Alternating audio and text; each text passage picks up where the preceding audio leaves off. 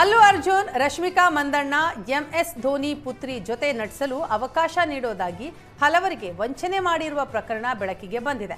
ನಿವೃತ್ತ group captain ಪತ್ನಿ ಗಜಲ್ ಅಹಮದ್ಗೆ ಬರೋಬ್ಬರಿ 8,53,000 ವಂಚನೆ ಮಾಡಲಾಗಿದೆ. ಡಾಕ್ಟರ್ ಅವಿನಾಶ್ ಗುಪ್ತಾ, ಅಕ್ಷಯ್ ಎಂಬುವವರ ವಿರುದ್ಧ ವಂಚನೆಯ ಆರೋಪ ಕೇಳಿಬಂದಿದೆ.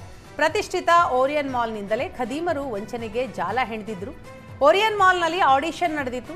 ಆಡಿಷನ್ ಬಳಿಕ ನೀವು ರಶ್ಮಿಕಾ ಮಂದಣ್ಣ, ಅಲ್ಲು ಅರ್ಜುನ್ ಹಾಗೂ ಎಂಎಸ್ ಧೋನಿ ಪುತ್ರಿ ಜೀವಾ ಜೊತೆ ನಟಿಸಲು ಆಯ್ಕೆಯಾಗಿದ್ದೀರಾ ಅಂತ ನಂಬಿಸಿದ್ರು.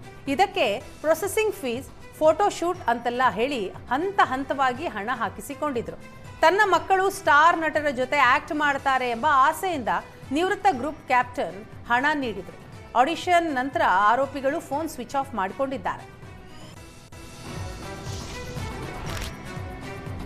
ಚಿಕ್ಕಮಗಳೂರು ಮೆಡಿಕಲ್ ಕಾಲೇಜಿನಲ್ಲಿ ಜೇನುಗಳ ಸಾಮೂಹಿಕ ಮಾರಣ ಹೋಮ ನಡೆದಿದೆ.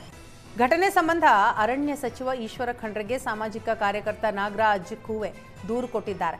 ಪರಿಸರ ಸ್ನೇಹಿಯಾಗಬೇಕಿದ್ದ ಮೆಡಿಕಲ್ ಕಾಲೇಜಿನ ಆಡಳಿತ ಮಂಡಳಿ ಜೇನುಗಳ ಮಾರಣ ಹೋಮ ನಡೆಸಿದೆ. ಮೆಸ್ ಹಾಕಿ ಜೇನುಗಳಿಂದ ಯಾವುದೇ ಸಮಸ್ಯೆ ಆಗದಂತೆ ಕ್ರಮ ಕೈಗೊಳ್ಳಬಹುದಿತ್ತು. ಆದರೆ ರಾಸಾಯನಿಕ ಬಳಸಿ ಸಾವಿರಾರು ಜೇನುಗಳ ಮಾರಣ ಹೋಮ ನಡೆಸಿದ್ದಾರೆ. ಈ ಸಂಬಂಧ ಸೂಕ್ತ ತನಿಖೆ ನಡೆಸಿ ತಪ್ಪಿತಸ್ಥರ ವಿರುದ್ಧ ಕ್ರಮ ತೆಗೆದುಕೊಳ್ಳಬೇಕು ಅಂತ ಆಗ್ರಹಿಸಿದ್ದಾರೆ.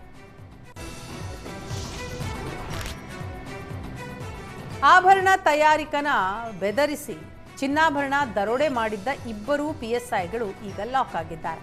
ದಾವಣಗೆರೆಯಲ್ಲಿ ಇಬ್ಬರು ಪಿಎಸ್ಐಗಳು ಸೇರಿ 4ರನ್ನ ಪೊಲೀಸರು ಅರೆಸ್ಟ್ ಮಾಡಿದ್ದಾರೆ. ಪಿಎಸ್ಐಗಳಾದ ಮಾಳಪ್ಪ ಚಿಪ್ಪಲಕಟ್ಟಿ, ಪ್ರವೀಣ್ ಕುಮಾರ್ ಸೇರಿ 4ರ ಬಂಧನ ಆಗಿದೆ. ಬಂಧಿತ ಪಿಎಸ್ಐಗಳು ದಾವಣಗೆರೆ ಪೂರ್ವ ವಲಯ ಐಜಿಪಿ ಕಚೇರಿಯಲ್ಲಿ ಕಾರ್ಯನಿರ್ವಹಿಸ್ತಾ ಇದ್ರು. ಇವರು ಕಾರವಾರ ಮೂಲದ ಆಭರಣ ತಯಾರಕ ವಿಶ್ವನಾಥ್ ಅರ್ಕಸಾಲಿ ಬೆದರಿಸಿ ದರೋಡೆ ಮಾಡಿದ್ರು. ನವೆಂಬರ್ 24ರ ಮಧ್ಯರಾತ್ರಿ 12:30ಕ್ಕೆ ವಿಶ್ವನಾಥ್ ದಾವಣಗೆರೆ ಬಸ್ ನಿಲ್ದಾಣದಿಂದ ಹುಬ್ಬಳ್ಳಿಗೆ ತೆರಳುತ್ತಾ ಇದ್ರು. ಖಚಿತ ಮಾಹಿತಿ ಮೇರೆಗೆ ವಿಶ್ವನಾಥ್ನನ್ನ ಹಿಂಬಾಲಿಸಿ ಬಂದಿದ್ದ ಇಬ್ಬರು ಪಿಎಸ್ಐಗಳು ಮಫ್ತಿಯಲ್ಲಿ ಬಂದು ಕೊರಳಪಟ್ಟಿ ಹಿಡಿದು ಕೆಳಗಿಳಿಸಿ ತಾವು ಪೊಲೀಸ್ ಅಧಿಕಾರಿಗಳು ಅಂತ ಬೆದರಿಕೆ ಹಾಕಿ ದರೋಡೆ ಮಾಡಿದ್ರು. ಪ್ರಕರಣ ದಾಖಲಿಸಿಕೊಂಡಿದ್ದ ದಾವಣಗೆರೆಯ ಕೆಟಿಜೆ ನಗರ ಪೊಲೀಸರು ಆರೋಪಿಗಳನ್ನ ಬಂಧಿಸಿದ್ದಾರೆ.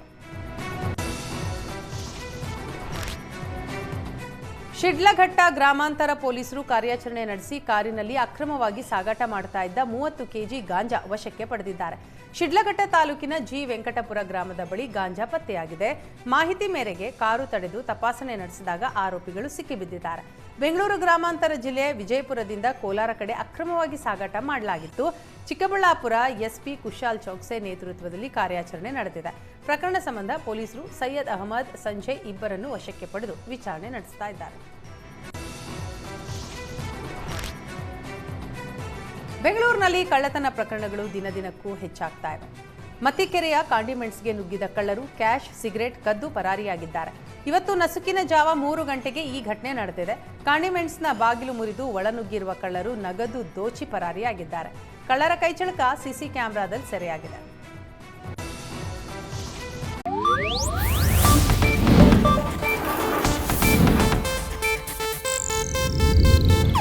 ಇದು ಏಷ್ಯಾನೆಟ್ ನ್ಯೂಸ್ ನೆಟ್ವರ್ಕ್ ಪ್ರಸ್ತುತಿ.